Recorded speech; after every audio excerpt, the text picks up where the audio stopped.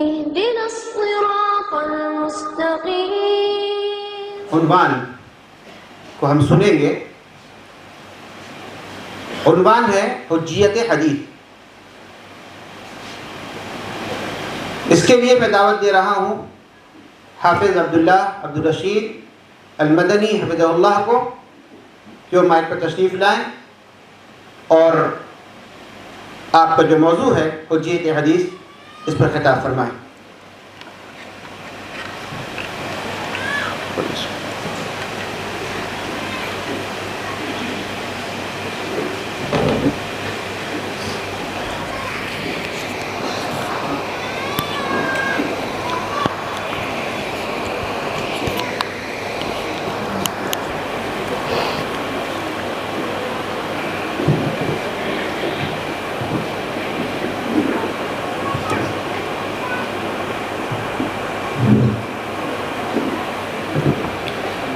ان الحمد للہ وحدہ والصلاة والسلام على من لا نبی بعدہ اما بعد۔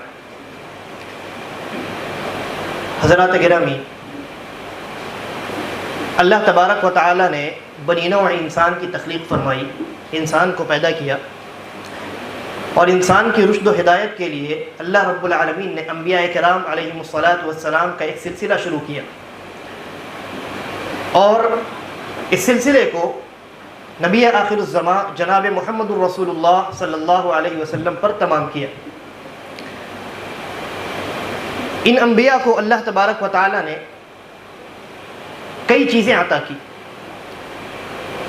بعض انبیاء کو اللہ رب العالمین نے کتابیں عطا کی، بعض کو اللہ کی جانب سے صحیفے ملے، جبکہ اکثر انبیاء ایسے تھے جنہیں نہ کتابیں دی گئیں نہ صحیفے دی گئیں، بلکہ ان کی جانب جو وحی کی گئی وہ در حقیقت سنت اور حدیث کی قسم سے تھی۔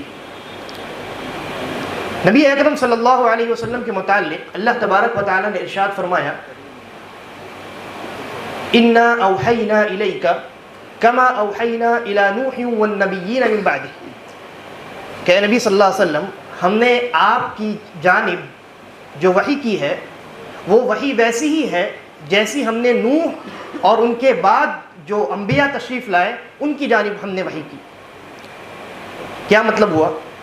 مطلب یہ ہوا کہ چونکہ نبی اکرم صلی اللہ علیہ وسلم نبی بھی ہیں اور رسول بھی ہیں، اس لیے اللہ تبارک و تعالی نے نبی اکرم صلی اللہ علیہ وسلم کو وحی مطلوع یعنی قرآن مجید کتاب کی شکل میں بھی عطا کی، اور وحی غیر مطلوع یعنی احادیث اور سنت بھی اللہ کے نبی صلی اللہ علیہ وسلم کی جانب اللہ رب العالمین نے وحی کی۔ اور جب یہ دونوں چیزیں وحی ہیں، قرآن کریم بھی وحی ہے اور قرآن کریم کے علاوہ جو آپ کی جانب وحی کی گئی جسے حدیث یا سنت کہا جاتا ہے وہ بھی وحی ہے، تو اس کا نتیجہ یہ نکلتا ہے کہ جس طریقے سے قرآن مجید پر عمل کرنا اور قرآن مجید کو حجت تسلیم کرنا واجب اور ضروری ہے، اسی طریقے پر احادیث رسول اللہ صلی اللہ علیہ وسلم کو بھی حجت اور دلیل تسلیم کرنا، دین میں شریعت میں اس کو دلیل کا درجہ دینا، یہ بھی واجب اور ضروری ہے۔ یہی وجہ ہے کہ ایک تابعی ہے مطرف ابن عبداللہ، ان سے ایک مرتبہ یہ درس دے رہے تھے تو ایک شخص آیا اور آ کر کے اس نے حضرت مطرف ابن عبداللہ رحمہ اللہ سے کہا کہ آپ صرف ہمیں قرآن بیان کیجیے۔ کیا کہا آپ ہمیں صرف قرآن بیان کیجیے، قرآن کے علاوہ کچھ نہیں۔ حضرت مطرف ابن عبداللہ رحمہ اللہ نے جواب دیا کہ ہم قرآن کے علاوہ کوئی دوسری کتاب نہیں بیان کرتے، ہمیں قرآن ہی چاہیے، لیکن قرآن کے علاوہ جو دوسری چیزیں ہم بیان کرتے ہیں جنہیں احادیث کہتے ہیں وہ در حقیقت اس ذات کی باتیں ہیں جو ہم سے اور تم سے زیادہ قرآن کریم کو جاننے والا ہے، یعنی نبی اکرم جناب محمد الرسول اللہ صلی اللہ علیہ وسلم۔ حضرات گرامی، قرآن اور حدیث ان دونوں کو شریعت کے اندر مصدر اور ماخذ اصلی کی حیثیت حاصل ہے، اور ابتدائی عہد میں صحابہ کرام اور نبی اکرم صلی اللہ علیہ وسلم کے زمانے کی ابتدا میں، یا آپ یہ کہہ سکتے ہیں کہ جو قرون مفضلہ ہے ان میں عام طور پہ ان دونوں مصادر اصلیہ کی حجیت کو تمام لوگوں نے بالاجماع تسلیم کیا. لیکن بعد کے ادوار میں جیسے جیسے زمانہ نبی اکرم صلی اللہ علیہ وسلم کے زمانے سے دور ہوتا چلا گیا، بعد کے ادوار میں بعض ایسے ناخلف پیدا ہوئے جنہیں شریعت کی بندشیں کھٹکنے لگی، اور ان بندشوں سے نجات حاصل کرنے کے لیے انہوں نے احادیث کی حجیت کو مشکوک بنایا، بلکہ بہت سارے لوگوں نے سرے سے اس کی حجیت کا انکار کر ڈالا. حضرات گرامی، اگر غور کیا جائے تو یہ معلوم ہوگا کہ انکار حدیث کے جو جراثیم ہیں یہ در حقیقت صحابہ ہی کے زمانے میں پیدا ہو گئے تھے، لیکن صحابہ کرام نے بروقت اس کا نوٹس لیا اور انکار کرنے والوں کو سخت ڈانٹ پلائی، اور ان فتنہ پروروں پر صحابہ کرام نے اسی وقت لگام کسی.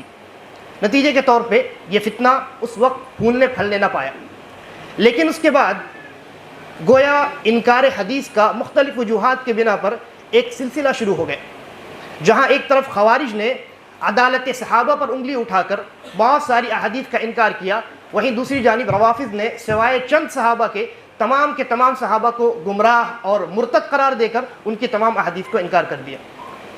اور اسی طریقے پر معتزلیوں نے جب کتابیں یونانی فلسفوں کی کتابیں جب عربی میں ترجمہ ہونے لگی تو انہوں نے ان کتابوں کو پڑھا، اور ان کتابوں کو پڑھنے کے بعد یورپی تہذیب سے بہت زیادہ فلسفوں سے بہت زیادہ وہ متاثر ہوئے، اور انہوں نے یہ نتیجہ نکالا کہ احادیث کو جانچنے کا جو معیار ہونا چاہیے وہ ہماری عقل ہونی چاہیے. نتیجے کے طور پہ ان فلسفوں سے متاثر ہو کر انہوں نے احادیث کو اپنی عقل کی بنیاد پر جانچنا شروع کیا، اور جو احادیث ان کی عقل میں نہیں آئیں ان کا انکار کر ڈالا. حضرات گرامی، غور کرنے کا مقام یہ ہے کہ میں نے یہ جو تاریخ آپ کو بتلائی ہے، اس میں اگر آپ دیکھیں تو ان لوگوں نے کلی طور پہ مکمل طور پہ یہ نہیں کہا کہ ہم احادیث کی حجیت کو نہیں مانتے، بلکہ بعض احادیث کا انہوں نے انکار کیا. ہر حدیث کا انکار نہیں کیا، بعض احادیث کا جزوی طور پہ حدیث کا انکار اس زمانے میں پایا جاتا ہے. لیکن 20ویں صدی کی ابتدا میں بعض ایسے فرقے باضابطہ طور پہ پیدا ہوئے جنہوں نے یورپی تہذیب سے متاثر ہو کر اسلام کو یورپی پیرائے میں ڈھالنے کی خاطر خود کو پہلے اہل قرآن کہا کہ ہم اہل قرآن ہیں، قرآن کو ماننے والے ہیں. نعرہ کتنا اچھا ہے، کس طریقے سے لوگوں کے اندر یہ فتنہ انہوں نے پھیلایا ہے. غور کیجیے، انہوں نے کہا کہ ہم اہل قرآن ہیں، اور اسلام کو یورپی پیرائے میں ڈالنے کی خاطر انہوں نے عوام کے درمیان جا کر کے یہ نعرہ لگایا کہ ہمارے لیے بس قرآن ہی کافی ہے. خود کو اہل قرآن کہا اور عوام میں جا کر کے یہ نعرہ لگایا کہ ہمارے لیے بس قرآن کافی ہے، اور اس نعرے کی بنیاد پر انہوں نے مطلق طور پر پہلی مرتبہ تمام کی تمام احادیث کا انکار کر دیا. یہ پہلی مرتبہ تھا جب کسی نے تاریخ میں احادیث کی حجیت کا مطلق طور پر انکار کیا تھا کہ ہمیں صرف قرآن کافی ہے، حدیث کی کوئی ضرورت نہیں. لہذا ہماری یہ کوشش ہوگی کہ آج کی مجلس میں حدیث کی حجیت پر ہم مختصر گفتگو کریں. چونکہ منکرین حدیث کا یہ نعرہ ہے کہ ہمارے لیے بس قرآن کافی ہے، اس لیے حجیت حدیث کے دلائل جہاں قرآن میں موجود ہے وہیں احادیث کے اندر بھی موجود ہیں، اور اجماع امت ہر دور میں اس کی حجیت پر دلالت کرتی. لیکن چونکہ ان کا یہ نعرہ ہے کہ ہم صرف قرآن کو ماننے والے ہیں، قرآن ہمارے لیے کافی ہے، لہذا سب سے پہلے میں آپ کے سامنے حجیت حدیث کے دلائل قرآن مجید سے پیش کروں گا تاکہ ان کے اس دعویٰ کا جو بطلان ہے وہ خود کلام اللہ سے واضح ہو جائے. حضرات گرامی، اللہ تبارک و تعالی نے قرآن مجید کے اندر ارشاد فرمایا، یا ایھا الذین آمنوا اطیعوا اللہ واطیعوا الرسول واولی الامر منکم. اے ایمان والو، اللہ کی اطاعت کرو، رسول اللہ صلی اللہ علیہ وسلم کی اطاعت کرو، اور تم میں جو اختیار والے ہیں. اس کے بعد فرمایا فإن تنازعتم فی شیء فردوه الی اللہ والرسول. اگر تم میں کوئی اختلاف ہو جائے تو اپنے اس اختلاف کا حل رسول اللہ صلی اللہ علیہ وسلم، اللہ رب العالمین اور رسول اللہ صلی اللہ علیہ وسلم کی جانب رجوع کر کے تلاش کرو. اور آگے اللہ رب العالمین نے کہا ان کنتم تؤمنون باللہ والیوم الآخر، اگر تم اللہ اور یوم آخرت پر ایمان رکھتے ہو تو. اس آیت کریمہ میں غور کیجئے، یہاں دو ذات کی اطاعت کا تذکرہ ہے۔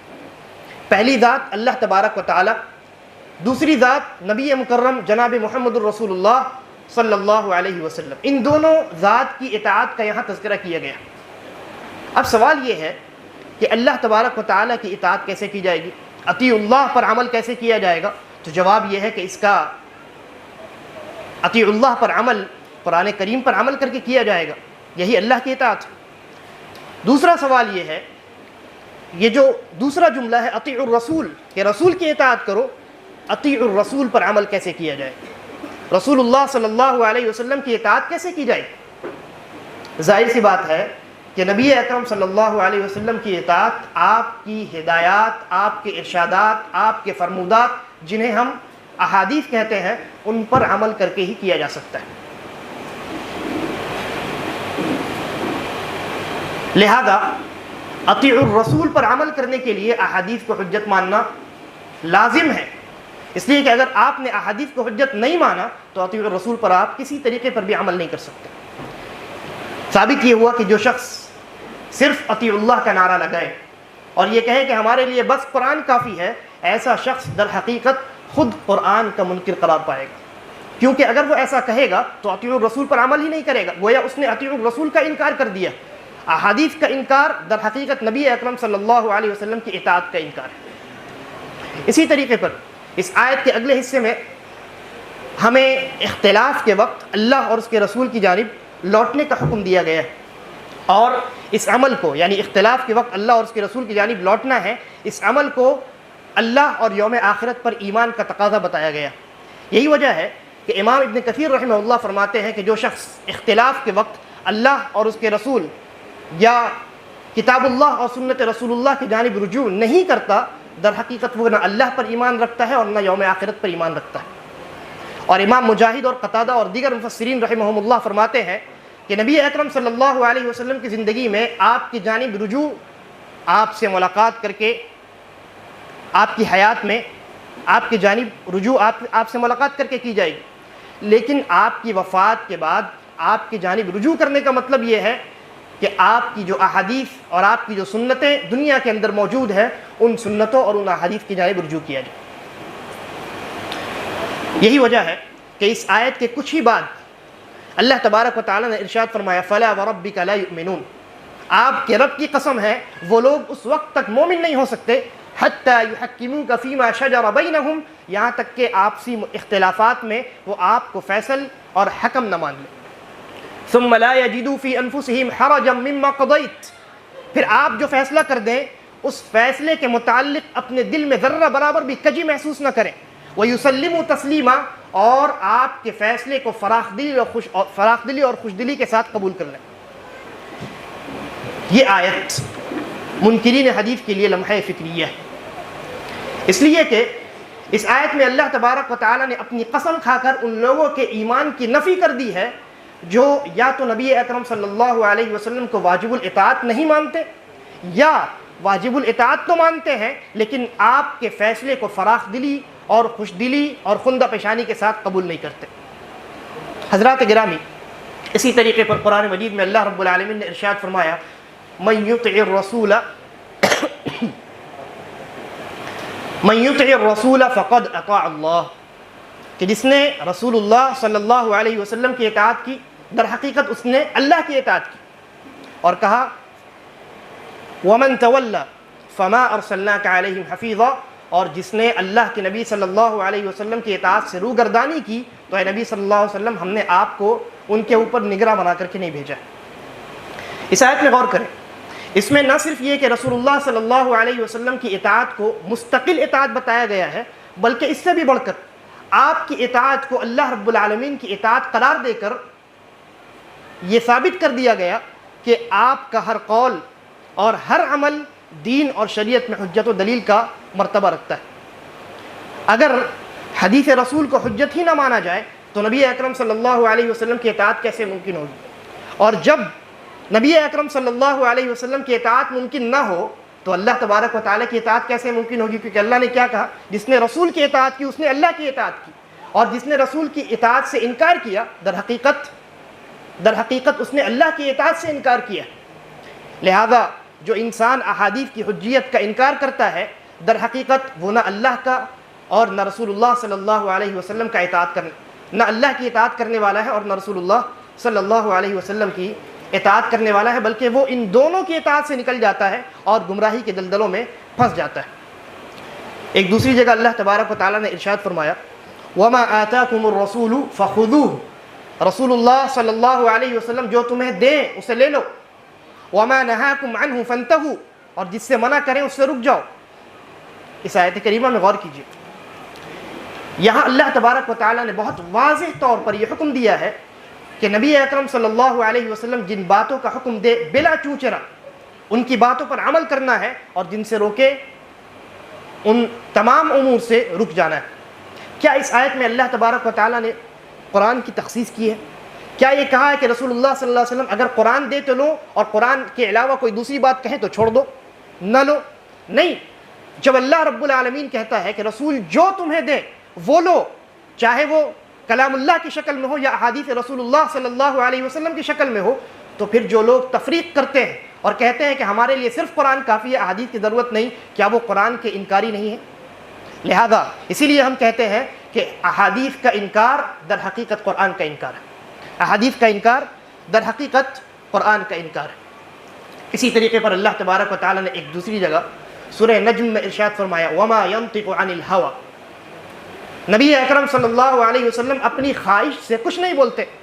ان هو الا وحی یوحیٰ، بلکہ نبی اکرم صلی اللہ علیہ وسلم کی زبان مبارک سے جو کچھ نکلتا ہے وہ در حقیقت اللہ تبارک و تعالیٰ کی جانب سے نازل کی گئی وحی ہوتی ہے. اس آیت کریمہ میں منکرین حدیث کے ایک بہت بڑے شبہے کا جواب، وہ یہ کہتے ہیں کہ رسول اللہ صلی اللہ علیہ وسلم کی حیثیت، غور سے سنیے، وہ یہ کہتے ہیں کہ رسول اللہ صلی اللہ علیہ وسلم کی حیثیت فقط ناقل کلام اللہ کی ہے. یعنی آپ کا کام صرف اتنا ہے کہ آپ کلام اللہ لیں، قرآن مجید اللہ تبارک و تعالیٰ سے حاصل کریں اور اللہ کے بندوں تک پہنچا دیں اور بس. یعنی آپ کی حیثیت فقط خبر رساں کی ہے، اس سے زیادہ آپ کی کوئی حیثیت نہیں ہے. یہ منکرین حدیث کا دعویٰ ہے اور ان کا یہ عقیدہ ہے. اس آیت کریمہ میں اللہ تبارک و تعالیٰ نے ان کے اس دعویٰ کے بطلان کو بہت واضح طور پہ بیان فرمایا ہے. اللہ تبارک و تعالیٰ نے اس آیت کریمہ میں فرمایا رسول اللہ صلی اللہ علیہ وسلم کی زبان مبارک سے جو کچھ نکلتا ہے، چاہے وہ کلام اللہ ہو یا کلام اللہ کے علاوہ کوئی دوسری چیز ہو، وہ تمام چیزیں در حقیقت وہ اپنی خواہش سے، اپنے دل سے اور اپنی مرضی سے بنا کر کے نہیں کہتے، بلکہ وہ در حقیقت اللہ تبارک و تعالیٰ کی جانب سے کی گئی وحی ہوتی ہے جو رسول اللہ صلی اللہ علیہ وسلم امت کو بول کر کے عطا فرماتے ہیں. اب چاہے نبی اکرم صلی اللہ علیہ وسلم کی زبان مبارک سے وحی مطلوع نکلے جسے ہم کلام اللہ کہتے ہیں، یا وحی غیر مطلوع نکلے جسے ہم احادیث رسول اللہ کہتے ہیں، دونوں کی حجیت مسلم ہے. دونوں کی حجیت مسلم. وحی مطلوع کلام اللہ یعنی جس کی تلاوت کا حکم دیا گیا، اور وحی غیر مطلوع احادیث رسول اللہ ہے جو حجیت میں بالکل قرآن کی طرح ہے، لیکن ان کی تلاوت کا حکم امت کو نہیں دیا گیا.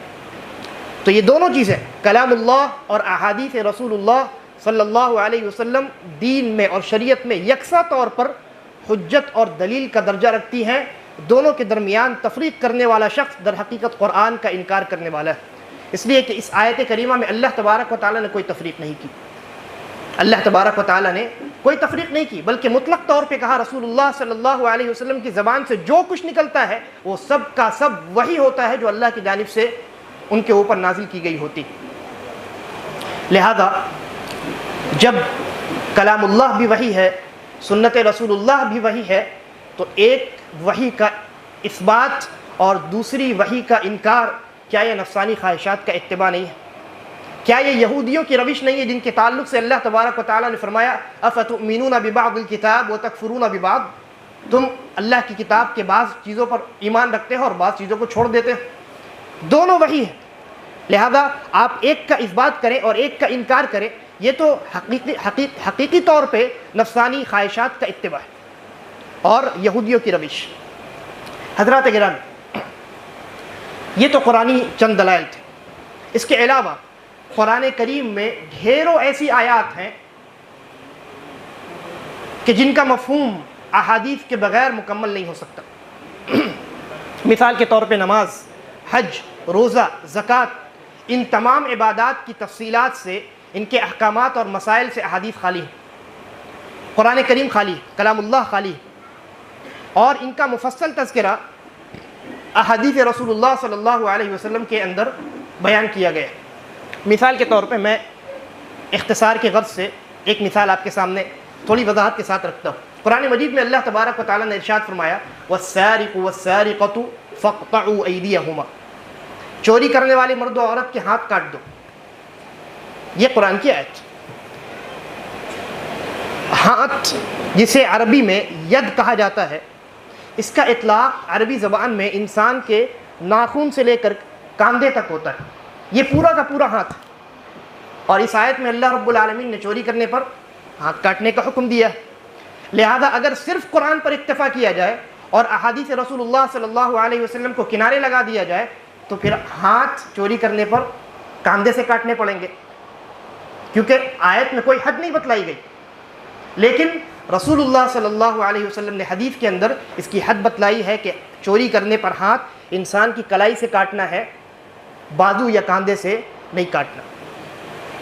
یہ در حقیقت قرآن کی آواز ہے حجیت سنت پر احادیث رسول اللہ صلی اللہ علیہ وسلم کے شریعت میں حجت الدلیل ہونے پر. اسی طریقے پر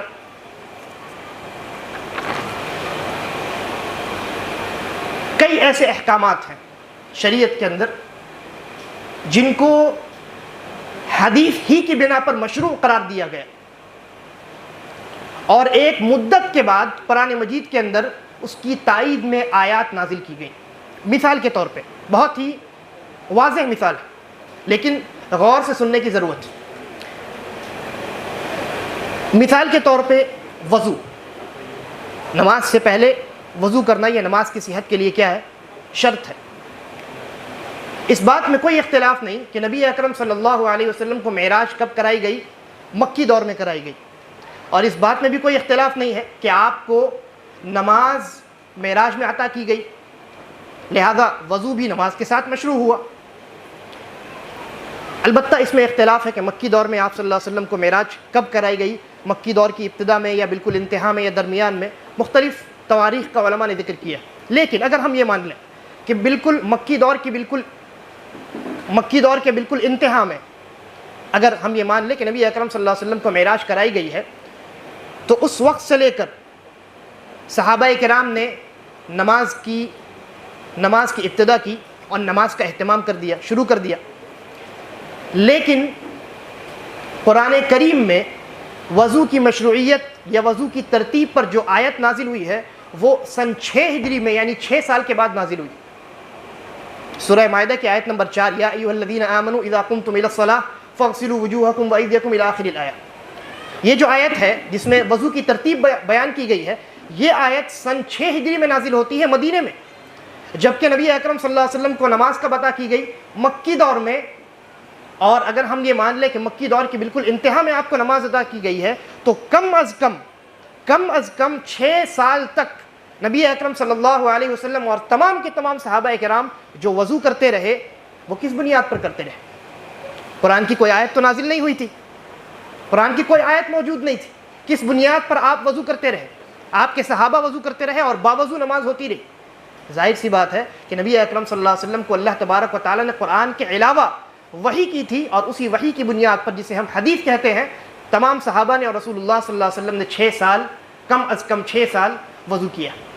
اور پھر اس کے بعد سن 6 ہجری میں اللہ تبارک و تعالیٰ نے سورہ مائدہ کی آیت نمبر 4 نازل فرما کر نہ صرف یہ کہ اس عمل کی تائید کرتی بلکہ یہ بھی واضح کر دیا کہ نبی اکرم صلی اللہ علیہ وسلم کا ہر قول و عمل دین اور شریعت میں حجت ہے، کیونکہ پچھلے 6 سال آپ صلی اللہ علیہ وسلم کے قول اور عمل ہی کی بنیاد پر تو صحابہ کرام نے وضو کیا ہے. یہ ایک بہت بڑی دلیل ہے حدیث اور سنت کی حجیت پر. لہذا جو شخص حدیث کی حجیت کا انکار کرتا ہے تو در حقیقت وہ قرآن کا انکار کرتا ہے، کیونکہ قرآن نے 6 سالہ مدت میں حدیث کی حجیت کو تسلیم کیا ہے، لیکن یہ منکرین حدیث کہتے ہیں کہ ہمارے لیے بس قرآن کافی ہے، حدیث کی ضرورت نہیں۔ کیا یہ قرآن کا انکار نہیں ہے؟ اس کے علاوہ احادیث میں بھی سنت کی اور حدیث کی حجیت کو متعدد طریقوں سے واضح کیا گیا ہے اور بیان کیا گیا ہے۔ مثال کے طور پہ نبی اکرم صلی اللہ علیہ وسلم نے ارشاد فرمایا الا انی اوتیت الکتاب ومثلہ معہ، کہ خبردار ہو جاؤ، سن لو، مجھے کتاب اللہ کے ساتھ ساتھ کتاب اللہ جیسی ہی ایک دوسری چیز بھی عطا کی گئی ہے۔ یہ سنن ابو داؤد کی روایت۔ اور اس جملے کے بعد نبی اکرم صلی اللہ علیہ وسلم نے امت کو منکرین حدیث کے فتنے سے آگاہ کرتے ہوئے مزید ارشاد فرمایا کہ ایک زمانہ آئے گا جب ایک آسودہ حال شکم سیر آدمی اپنے تخت پر بیٹھا ہوگا اور لوگوں سے کہہ رہا ہوگا کہ تمہارے لیے بس قرآن کافی ہے، قرآن نے جس چیز کو حلال کہا اسے حلال جان لو، جس چیز کو حرام کہا اسے حرام جان لو، یعنی حدیث کی ضرورت نہیں۔ نبی اکرم صلی اللہ علیہ وسلم نے اس کے اس قول پر اور اس کے اس نظریے پر رد کرتے ہوئے اس جملے کے بعد، اس پیشین گوئی کے بعد چند ایسی چیزوں کی حرمت کا تذکرہ کیا ہے جن کی حرمت کا تذکرہ قرآن مجید کے اندر نہیں۔ مثلا اس کے بعد آپ نے فرمایا کہ سن لو، تمہارے لیے گدھے کا گوشت اور نوکیلے دانتوں والے جو درندے ہوتے ہیں، ان دونوں چیزوں کا گوشت تمہارے لیے حرام ہے۔ قرآن کریم کے اندر نہ گدھے کے گوشت کو حرام قرار دیا گیا اور نہ درندوں کے گوشت کو۔ لہذا جو لوگ صرف قرآن پر اکتفا کرتے ہیں، ہم کہتے ہیں کہ آئیے آپ کے حساب سے قرآن کریم میں تو گدھے کا گوشت حرام نہیں ہے، درندوں کا گوشت حرام نہیں ہے، کیا آپ کھانے کے لیے تیار ہیں؟ یہ نبی اکرم صلی اللہ علیہ وسلم کی جانب سے انہیں جواب ہے۔ اسی طریقے پر قرآن کریم کی طرح احادیث رسول اللہ صلی اللہ علیہ وسلم بھی وحی ہیں اللہ رب العالمین کی جانب سے۔ اس پر ایک بہت زبردست دلیل صحیح بخاری کے اندر موجود ہے۔ ایک صحابی ہیں حضرت یعلا ابن امیہ رضی اللہ عنہ، وہ فرماتے ہیں کہ میں نے حضرت عمر رضی اللہ تعالی عنہ کو ایک مرتبہ کہا کہ جب رسول اللہ صلی اللہ علیہ وسلم کے اوپر وحی کا نزول ہو رہا ہو تو آپ مجھے دکھائیں کہ کیسے وحی نازل ہوتی۔ ایک مرتبہ رسول اللہ صلی اللہ علیہ وسلم کے پاس ایک صحابی آئے اور انہوں نے آ کر کے عمرے کے متعلق ایک سوال کیا۔ اب وہ سوال کیا ہے اس کی تفصیل میں جانے کی ضرورت نہیں، انہوں نے عمرے کے متعلق ایک سوال کیا۔ جواب میں نبی اکرم صلی اللہ علیہ وسلم نے خاموشی اختیار کی کیونکہ آپ کو جواب اس وقت معلوم نہ تھا۔ اتنے میں آپ کے اوپر وحی کا نزول شروع ہو گیا۔ چنانچہ جب حضرت عمر رضی اللہ عنہ نے دیکھا کہ اللہ رب العالمین کی جانب سے وحی کا نزول ہو رہا ہے، فوراً انہوں نے اشارہ سے حضرت یعلا ابن امیہ رضی اللہ تعالیٰ عنہ کو بلایا اور رسول اللہ صلی اللہ علیہ وسلم کے پاس لے گئے۔ اب حضرت یعلا ابن امیہ کیا کہتے ہیں، غور سے سنیے۔ کہتے ہیں کہ جب میں وہاں پہنچا تو دیکھا کہ رسول اللہ صلی اللہ علیہ وسلم کے سر پر کپڑے سے سایہ کیا گیا۔ میں نے اس کپڑے کے اندر اپنے سر کو داخل کیا تو کیا دیکھتا ہوں کہ رسول اللہ صلی اللہ علیہ وسلم کا چہرہ انتہائی سرخ ہے اور آپ خراٹے پر خراٹے لے رہے ہیں۔ کیا ہو رہا ہے؟ یہ در حقیقت اللہ رب العالمین کی جانب سے وحی کا نزول ہو رہا ہے۔ اللہ کے نبی صلی اللہ علیہ وسلم کا چہرہ انتہائی سرخ ہے اور آپ خراٹے پر خراٹے لے رہے ہیں۔ اس کے بعد جب وحی کا نزول ختم ہوا، آہستہ آہستہ آپ کی یہ حالت درست ہوئی تو آپ نے کہا کہ وہ شخص جس نے عمرے کے متعلق سوال کیا تھا اسے بلایا جائے۔ اس انسان کو، اس صحابی کو بلایا گیا اور آپ نے اس کے سامنے اس کے مسئلے کی وضاحت فرمائی۔ اندازہ لگائیے، یہ اس طریقے سے احادیث رسول اللہ صلی اللہ علیہ وسلم کے اوپر نازل کی جاتی تھی بطور وحی، کیونکہ عمرے کے مسائل کیا قرآن مجید کے اندر موجود ہے؟ نہیں ہے، حتیٰ کہ حج کے مسائل بھی موجود نہیں۔ تو آپ صلی اللہ علیہ وسلم پر جو وحی نازل ہوئی وہ قرآن نہیں تھی بلکہ قرآن کے علاوہ تھی، اور قرآن کے علاوہ ایک ہی چیز بچتی ہے، وہ ہے نبی اکرم صلی اللہ علیہ وسلم کی حدیث اور آپ کی سنت۔ یہی وجہ ہے کہ ہر زمانے میں علماء امت نے حدیث کی حجیت پر اجماع نقل کیا ہے امت کا، ہر زمانے میں۔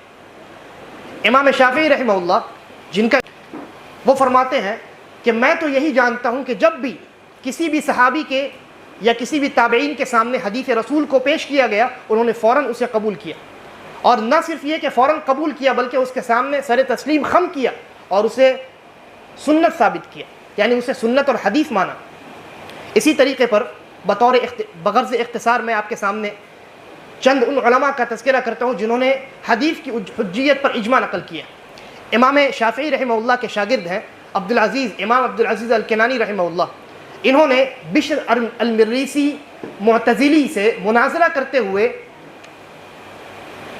حدیث کی حجیت پر اجماع نقل کیا۔ ان کا انتقال سن 240 ہجری میں ہوتا ہے۔ اسی طریقے پر امام ابن حزم ہیں جن کا انتقال 456 ہجری میں، امام علائی رحمہ اللہ ہیں جن کا انتقال 694 ہجری میں، امام ابن قیم رحمہ اللہ ہے جن کا انتقال سن 728 ہجری میں، امام شوکانی رحمہ اللہ ہے جن کا انتقال سن 1250 ہجری میں، اور علامہ معلمی رحمہ اللہ ہے جن کا انتقال سن 1386 ہجری میں، اور اسی طریقے پر علامہ ابن باز رحمہ اللہ ہے جن کا انتقال سن 1420 ہجری میں ہے۔ ان تمام علماء نے اور ان کے علاوہ بہت سارے علماء نے ہر دور میں حدیث کی حجیت پر اجماع نقل کیا ہے پوری امت کا۔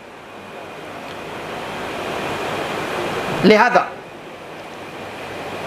حدیث کی حجیت کا انکار سب سے پہلے تو قرآن کا انکار ہے، حدیث کی حجیت کا انکار احادیث رسول اللہ صلی اللہ علیہ وسلم کا انکار، حدیث کی حجیت کا انکار اجماع امت کا انکار ہے، اور یہ تینوں چیزیں شریعت میں حجت اور دلیل کا درجہ رکھتی ہیں۔ لہذا جو انسان حدیث کا انکار کرتا ہے وہ شریعت کے کسی بھی دلیل کو نہیں مانتا، وہ شریعت کے کسی بھی دلیل کو نہیں مانتا۔ خلاصہ کلام یہ کہ شریعت میں احادیث کو حجیت کا درجہ حاصل ہے، اور حجیت کی درجہ بندی میں قرآن اور حدیث دونوں یکساں طور پر حجت ہے۔ ایسا نہیں ہے کہ پہلے قرآن حجت ہے پھر بعد میں حدیث حجت ہے، دونوں یکساں طور پر شریعت کے اندر حجت اور دلیل کا درجہ رکھتے ہیں، کیونکہ جس طریقے سے قرآن کریم کو وحی کہا گیا اسی طریقے پر رسول اللہ صلی اللہ علیہ وسلم کی احادیث کو بھی وحی کہا گیا۔ جس طریقے پر قرآن میں اللہ تبارک و تعالیٰ نے اپنی اطاعت کا حکم دیا ہے اسی طریقے پر رسول اللہ صلی اللہ علیہ وسلم کی بھی اطاعت کا حکم دیا، اور جس طریقے پر اللہ کے نبی صلی اللہ علیہ وسلم نے پوری امانت داری کے ساتھ قرآن مجید کو صحابہ کرام تک پہنچایا اور انہوں نے امت تک پہنچایا، اسی طریقے پر صحابہ کرام نے نبی اکرم صلی اللہ علیہ وسلم کی احادیث کی حفاظت فرمائی اور اسی ایمانداری کے ساتھ ان تمام احادیث کو امت کے سامنے منتقل کر دی۔